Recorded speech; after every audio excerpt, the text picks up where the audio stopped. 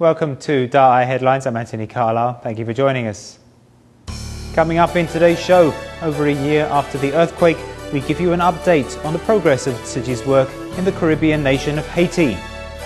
We meet the Tourette syndrome sufferer from Taiwan who overcomes his condition by playing the panpipes. And in our history feature, we dig into the past of Tzu Chi's bone bank, which received its first donation on this day in 1997.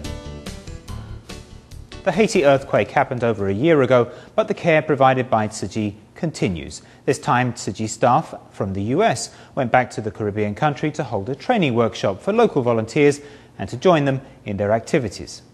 Walking into this schoolyard in Haiti, we see water tanks given by Tzu Chi, serving as a place for children to wash their hands. In returning to Haiti, what concerns the American Tzu Chi staff the most is the cholera epidemic.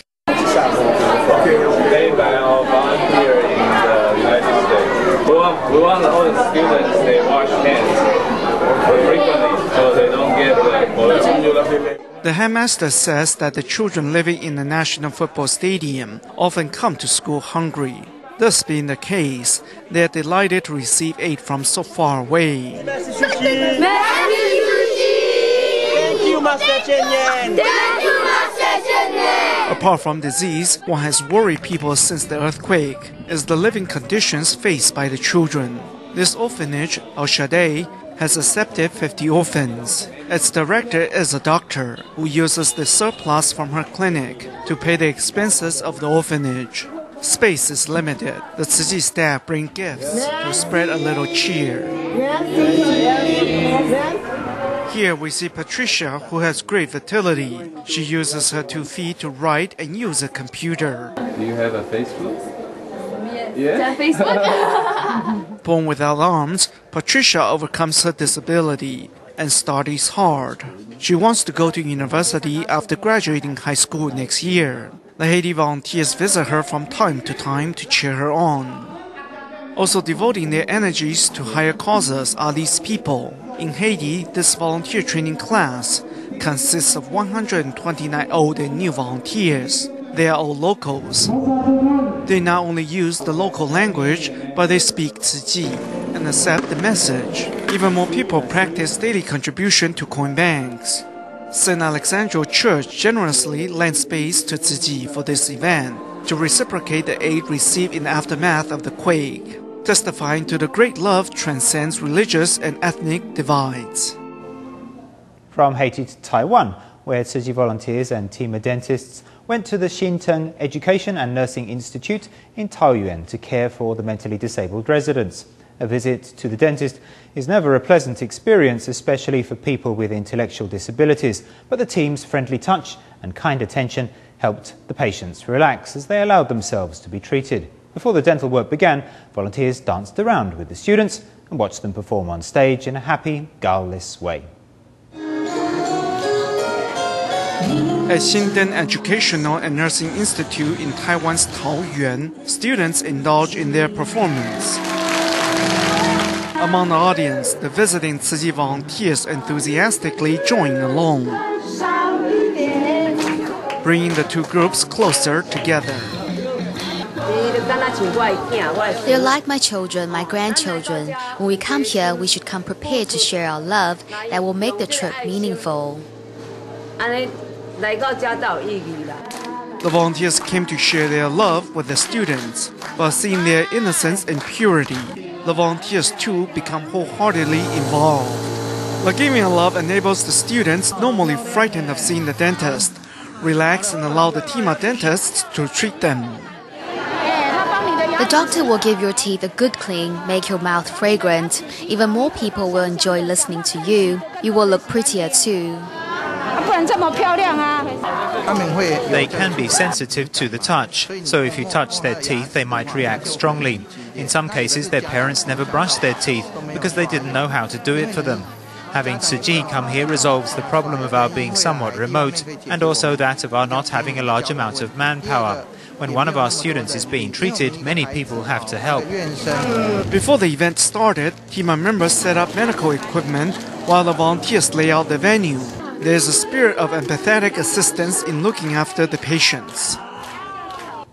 Patients in a poor area of Brazil also received assistance from local city volunteers and medical staff who once again called on Jardim Angela, a district southwest of Sao Paulo, to hold a free clinic for local residents. 8 doctors and 70 volunteers served 120 patients and also provided free haircuts. Let's take a look. 8 doctors of gynecology, ophthalmology, dentistry and other fields are here at Jardim Angelo, a district southwest of Sao Paulo, Brazil, to provide residents with medical services.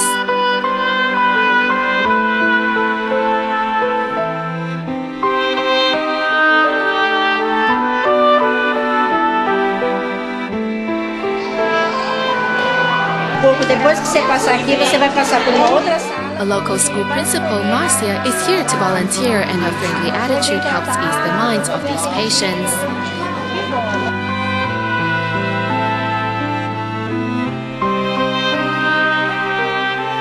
Volunteers seize the opportunity to provide free haircuts, or working together to safeguard the health of residents in this remote area. Back to Taiwan, the Eastern District Tima medical team went to the remote village of Fengnan in Fuli Township of Hualien County for the second time to hold a free clinic. The doctors provided a full array of services including dentistry, ophthalmology, internal and surgical medicine, Chinese medicine and orthopedics. To cap it all, the students from Tzu College of Technology designed some fun games to teach the residents about health education.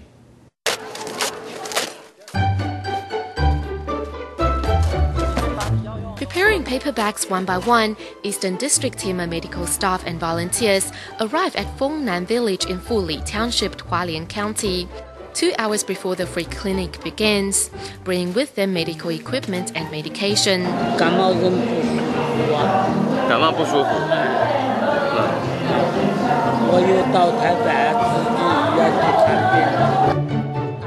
Whether it's about their conditions or their life stories, the doctor listens intently as the senior resident speaks.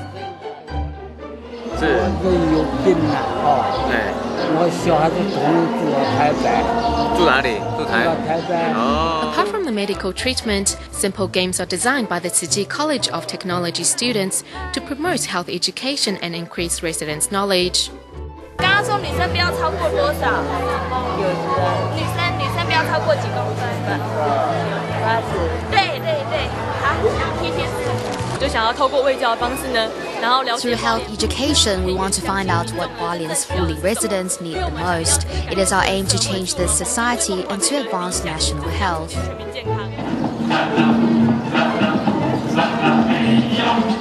Not only providing medical treatments to the villagers, Tima medical staff and volunteers also bring love and warmth to those in need.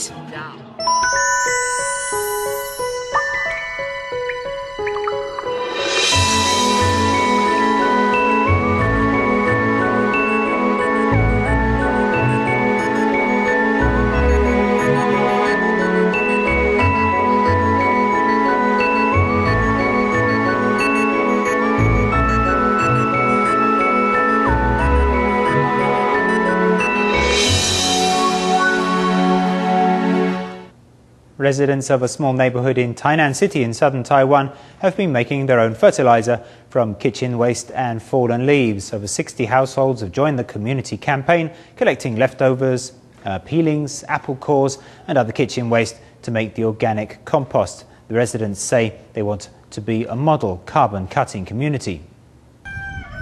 Here at Zhangzhou Borough in Jiali District, Tainan, Taiwan, this family's vegetable garden does not use chemical fertilizers, but organic compost made from kitchen waste by its owner.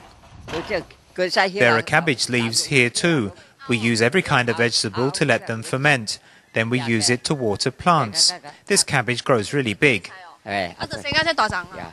A fertilizer bucket can be found in nearly half of the households in this neighborhood. Kitchen waste, vegetable leaves and fruit peel are all put into this bucket. You need to slice the leaves into thin pieces and put them in the bucket. Then you add this fungus powder to let them ferment. The fungus powder not only helps with fermentation, but also gets rid of all the bad smell. To reduce the amount of garbage, the community has come together to promote the liquid compost. In our village, when you grow vegetables, you don't need to buy fertilizer anymore, and you can reduce garbage. 也可以减少垃圾。 Residents also clean the streets on a regular basis and use the fallen leaves as compost, putting natural resources to good use. The community aims to become an environmentally friendly neighborhood. A sufferer of Tourette syndrome, Chen Yuhang has been very passionate about music since a young age. The resident of Kaohsiung in Taiwan plays a handful of instruments, but his favourite is the pan flute. Whenever he plays it, the tics associated with his neuropsychiatric condition temporarily subside. Now a licensed street musician, Chen not only controls his symptoms, but soothes the ears of passers-by.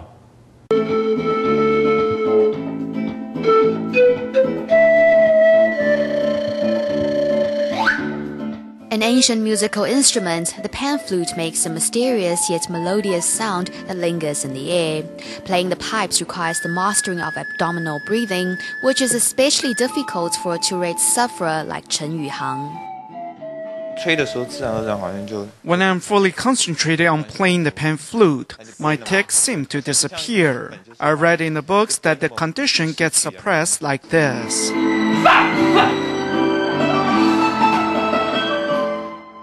Involuntary physical or phonic movements are typical of Tourette syndrome. For Chen Yuhang, the sudden reactions disappear as soon as he starts playing music, which helps stabilize his spasms. Chen says he is grateful that his condition has not affected his musical career. I've seen a foreign pan flutist without both arms. He held the pipes with his upper arms and played like that. Imagine how difficult that is. In comparison, my disorder is not a big deal. It's a very free-spirited musical instrument and appropriate for his condition. Discovering his confidence and potential in the sound of music, Chen Yuhang performs on the streets of Kaohsiung in southern Taiwan, hoping that he will help people become more tolerant towards Tourette's patients.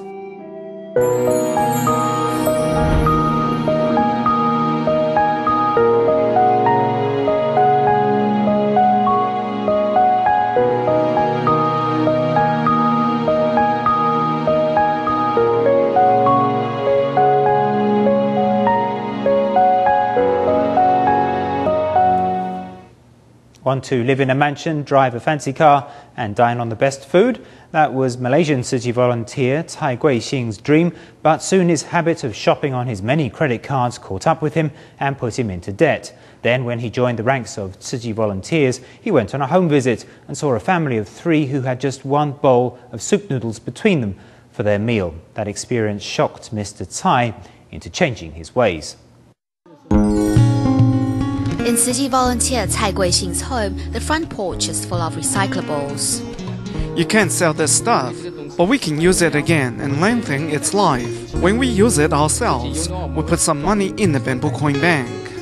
On the sofa, Cai's eldest daughter Cai Jiaying sorts recycled clothes with a maturity beyond 14 years. They're not bad looking and not that old. They can still be worn and some of them are quite pretty. Wife Zhu Fangling is good at making things and with her skillful hands can turn trash into treasure. We've never bought colored pencils for the children. They're all recycled. Some are very short, so we take cardboard or used greeting cards and roll it up and put it in so you can use it to the very end, so you don't waste it. Apart from his children and his wife, Cai's mother-in-law, who lives with them, also saves water to cut the utilities bill. Cai Guixing and his family live a simple life, but it took a hard lesson to get where he is today. I used to have 10 credit cards. It felt like I didn't have to pay to eat. I could just take out a card and didn't have to pay. I didn't keep track of what I was spending. And when the monthly bill arrived, I would wonder why I was doing so much business, but never had any money. Then, while on a home visit with Ci Ji, Cai saw a family of 3 eating one bowl of soup noodles between them for a meal. That image stuck in his mind and moved him to the core. On a home visit, I saw an old man. We normally spend 20 to 30 ringgits on a meal, but their family ate one bowl of noodles between the 3 of them. So when I saw that, I was shocked. I also saw Master Zengyan on the Dai TV channel, and I saw a lot of poor people. That's when I changed and stopped eating out at fancy restaurants. Now the happy family enjoy a simple way of life, enriched by the love and blessings that volunteering gives them. From Malaysia to the United States for our next story, where the collective goal of all the Tzu Chi branches and offices in the country this year is to launch a nationwide campaign calling on people to donate the small sum of $5 a month. The proceeds from the Power of Five campaign will go to orphans in South Africa, quake-affected children in Haiti and homeless people in the US. A group of Tzu Chi volunteers from South Africa flew from the east to the west coast and made a stop at Concordia University, Irvine, where they gave a speech on the charity work in sub-Saharan Africa. After a long flight from New York to Los Angeles, early in the morning on March 5th, Tzu Chi volunteer Pan Ming-shui from South Africa shows up refreshed, ready for his radio interview with AM 1300 Tzu Chi World. It is Pan's fourth day in the US, but he shows no sign of jet lag. It is a very different experience for me. When you are busy with Tzu Chi's work, you could be spending an entire day or working into the dead of night. That was often the case for me back in Durban. With a full itinerary and little time to rest, the South African volunteers, especially Tola Kele, who has high blood pressure, are being looked after well by their US counterparts. She'll be fine soon. I'm soothing her throat for her, and that will make her feel a lot better. After a short break, the South African volunteers head to Concordia University, Irvine, for the first event on their public speaking tour on the West Coast. They have shown me that we need to give a helping hand to those in need. It's hard to imagine that in Africa, where public safety is always a concern, there are 5,000 volunteers caring for so many children. It's unbelievable. When I saw it was amazing that how they were also in need, so it makes me think that I can also play my part. Talking the talk and walking the walk, Pan Ming-shui's commitment to those in the neediest corners of South Africa profoundly touched the audience in America.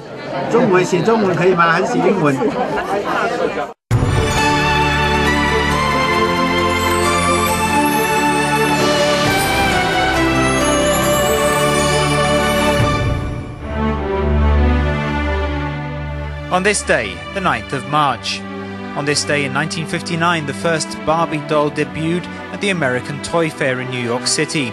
Designed by Ruth Handler, who named the doll after her daughter Barbara, Barbie was an instant success and would help solidify Mattel's place as the world's largest toy company. Designed and built by Aerospace Industrial Development Corporation in Taiwan, the indigenous defense fighter Jingguo was the first supersonic jet fighter made in Taiwan. It was also the country's largest weapon development project. The fighter was first delivered to the Republic of China's Air Force on this day in 1992 and is currently still in service. Situated in Nantou County's Ren'ai village, Cui Ran Tzu Chi village held a move-in ceremony on this day in 1997.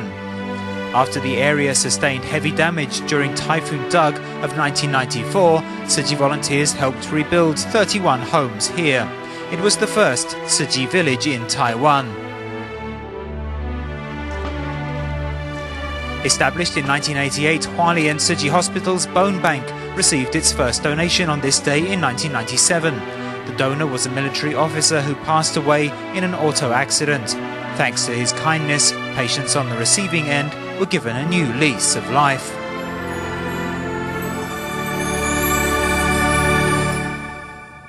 As we just saw, Tzu Chi's bone bank collected its first donation on this day 14 years ago. After Hualien Tzu Chi Hospital opened for business in 1986, it started treating a great many trauma patients, so the bone bank was established 2 years later. Most of the bones were from artificial joint replacement operations, and it was not until 1997 that the bank received its first donation from a silent mentor.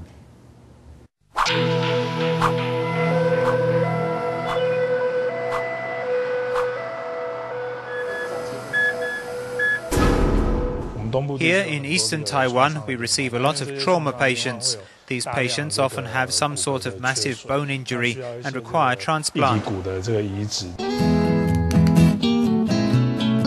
Xu Zuming had an auto accident a year ago. During his operation, he was lucky enough to receive a ligament donation. Now he can walk just as well as he used to.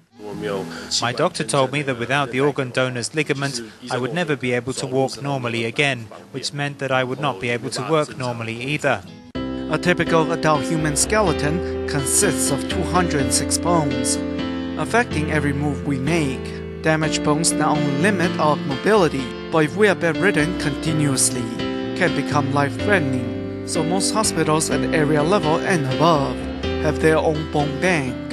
The first source for the bone bank is patients who undergo joint replacement. The tissue we remove can be made available to other patients. The second is more precious, donated by organ donors. 23-year-old Zhang Jianqiang was a military officer. On March 9, 1997, he became the first bone donor at the Hualien Tzu Hospital. In 1997, Master Zheng Yan called out to the public to encourage organ donations, and we gained our first organ donor. Organ donation goes against the traditional Chinese value of being buried as a whole, and was therefore not widely accepted by Taiwan's public. The act requires courage and compassion from donors and their families. I was feeling quite conflicted at that time. After all, he was the closest person to me. Although the advent of artificial joints marked an important milestone in human medical achievement, in many circumstances, the man-made still cannot meet the complex standards of the naturally grown. For those patients with major bone damage, we can use transplants. Also, a very important part of the donated bone is the soft tissue, which is the ligament. During orthopedic surgery, surgeons need only use a little part, and the patients are healed. All the donated tissues are stored inside a special freezer at -70 degrees Celsius. Preserving the organs under a -70 degrees C environment ensures the lowest cell activity without damaging a bone structure. This also benefits patients, as it minimizes the possibility of infection. Between 1997 and 2010, the Hualien Tzu Hospital has had 38 bone donors. The oldest was 56 years old, while the youngest was 6. On average, one bone donor can help 50 to 70 patients. A bone bank of this scale in Taiwan can probably only be operated continuously by Tzu hospitals. In February 2009, the hospital established the Human Organ Bank to centralize its organ transplant management and resources. Whether it's bones, corneas, scleria, or even cord blood preservation, we set up this human organ bank for the sake of our patients. Every Tuesday during his day off, Xu Zunmin comes back to the hospital's emergency room to volunteer as a way to reciprocate the aid he received.